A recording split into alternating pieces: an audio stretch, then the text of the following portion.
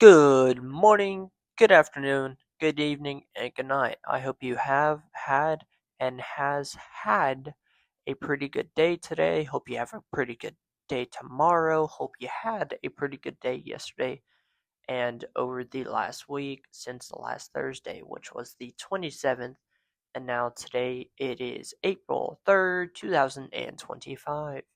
Name's Peyton Whitaker, and I guess you can say I'm your host. So, we're back with episode 2 today, and we're going to be going over last week's topics, which was the MLB opening day, or the MLB first opening series, which the 14 teams that I had mentioned, they all played 3 games over a span of 4 days. So we are going to get into it. So we have had the Brewers versus the Yankees. They had 3 games, and the Yankees had swept them. Originally, I saw the score was like 2-4 or so, and then just whenever Saturday and Sunday broke, it was just nasty. It was a nasty 3 games for the Yankees.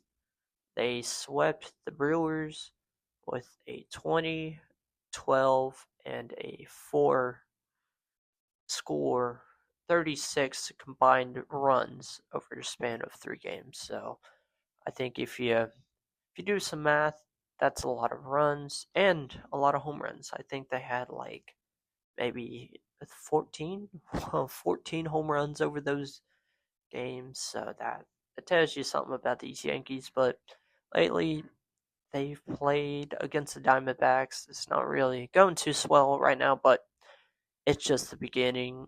There's 2 weeks in. There's nothing much you can really do about these changes, but it'll take maybe a month or so, month or two before everything starts to get understanding for everyone and everything starts panning out to who needs to go where, what needs to go batting first, second, all over the place. So that's for all the teams. These teams are just gonna have different lineups, obviously, every game, and different ways of how they're gonna play, kind of like NFL rule playbooks and all of those, just whatever involves playbooks.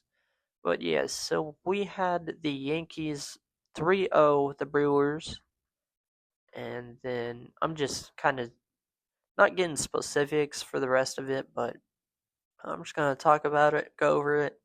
The O's, or the Orioles, they had 2-1 the Blue Jays, 2 wins to Blue Jays, 1 win. The Philadelphia, they had won their 3 game series 2-1 against the Nationals. The Rangers versus the Red Sox. The Rangers actually pulled through with 2-1 versus the Red Sox, so I guess you can say that's pretty good in my books. Then we had the Pittsburgh Pirates versus the Swordfish, or the Miami Swordfish, whichever one you want to go by. But I found out their actual team name, but I'm not gonna go by it. I'm just gonna keep calling them the Swordfish. So we got them actually winning their 3 game series. Swordfish won 2-1 against the Pirates. We had the Braves versus the Padres. The Padres are one of the only undefeated teams going into this week. So the Padres swept the Braves 3-0 in their 3 game series. Then we had the San Francisco versus the Cincinnati Reds. San Francisco pulled through with 2 wins to the Reds 1 win. That's good. We had Cleveland versus the Royals. I didn't really know much, but I know that Cleveland, they're a pretty good team usually. They've went to championships a lot recently, or the American League Championships series, but they've not made it past the championship series. So I think it'll be quite some time before they do anything. And then let's see, we are going to go down. Sadly though, it was the LA Angels versus the White Sox. Sadly, it didn't go fully into my favor, but in those 3 games. But I do have to give it, the White Sox did pull through, so I'll be happy with that. The Angels won the 3-game series 2-1 versus the White Sox, so screw the Angels. Screw the Angels. Then our next game, we had the Minnesota Twins versus the Cardinals. The Cardinals pulled up with a 3-0 sweep over the Twins, so I guess you can say that's not too bad for them. And then we had the Tigers, Bears, all that good Wizard of Oz things versus the Dodgers. The Dodgers also swept that, with Dodgers winning 3-0 versus the Tigers. The Cubs versus the Diamondbacks. The Cubs were able to turn around from their 2 losses in Tokyo. So the Chicago won that series 2-1 versus the Diamondbacks. So it's a little bounce back for the Cubs. We'll see how their season goes on later. Then we had the A's versus the Seattle Mariners. The Ash. Oh, I'm sorry. The A's. The A's won that series 2-1. So I think the A's will someday just turn their season around with finally actually having good teams, and just I saw all the videos about how bad the A's are. They're pretty much just like, I guess you can say, no one's with other teams like the A's, Cardinals, White Sox are going to be there, Royals, just some other teams, but I think seems like so far they're doing pretty good with their turnaround at the beginning. So they A's won 2-1 over the Mariners. Astros, hallelujah. Astros won their series 2-1 versus the Mets, so that was a plus for me. And now, with the whole 14 games on the opening day, 3-game series over the 4 days, we're going to go down to the NCAA's Sweet 16 down to the Final Four that I had brought up from last week, going into this week, in which the Final Four is going to be taking place on the 5th, and then I believe the championship is going to be taking place on the 7th. So we are going to find out more about this. And let's see, I got all these picks right with the Elite Eight. I had Auburn versus Michigan. Auburn won that to go to their Elite Eight, and then Old Miss, or sorry, Michigan won over Ole Miss to go up against Auburn. It was Auburn against Michigan State. So Auburn is the number 1 seed from the South going to the Final Four. Let's go down to the Florida versus Maryland game. I'm glad that Florida won this game because I think Florida, it wasn't just Florida, it was because Maryland just pretty much screwed over Colorado State. But I also called this as a 16-point win versus Florida, which is actually another 1 seed. We'll move on down to Texas Tech versus Arkansas.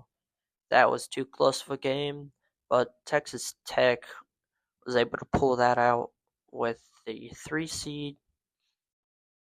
And then we go down to the Duke versus Arizona. And Duke, again, able to pull through with a 1-4 in the Sweet 16, also with a 100-93 win with Arizona. BYU versus Alabama.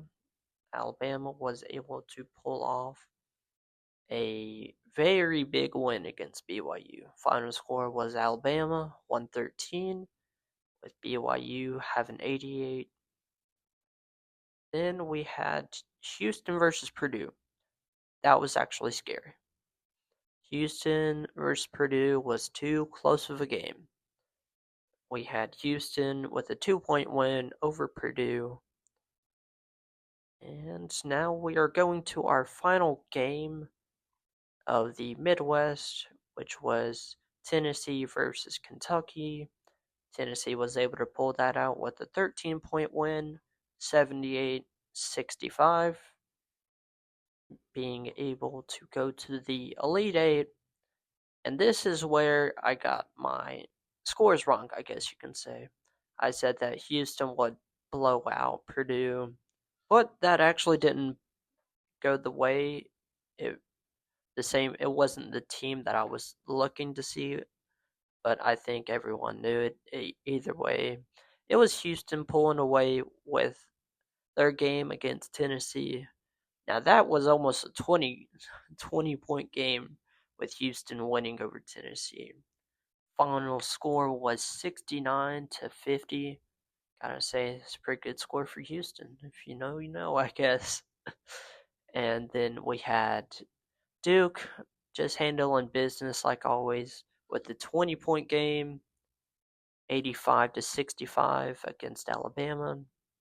Able to pull that off in the Elite Eight. Then we go to Auburn versus Michigan State. Auburn with a pull away of 70-64. And then Florida over Texas Tech. Florida able to handle another first seed win, 84-79, to move on to the Final Four. Now, I called all of these games. Like I said last week. It's going to be Auburn versus Michigan State, Florida versus Texas Tech. Let's see, Houston versus Tennessee, and Alabama versus Duke. I called this. I called it all. And now we are at the Final Four. So with the Final Four right now, we have Auburn versus Florida. I'm not even going to repeat it again. And Duke versus Houston. Not going to repeat that again. This is the Final Four matchup with the championship on April 7th. So, Auburn game, I'm going to call it once again. It is going to be Auburn versus Florida, with Auburn winning this game. Is it going to be a close game? Possibly. It might not, but you never know. I think it might be a close game, might be a single digit win for Auburn, but I think Auburn's going to pull out their Final Four. And then we have the Duke versus Houston.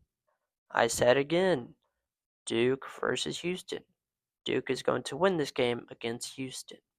I'm not going to say it any more times, but we got Auburn versus Duke in the championship game, and this is a Duke championship basketball team.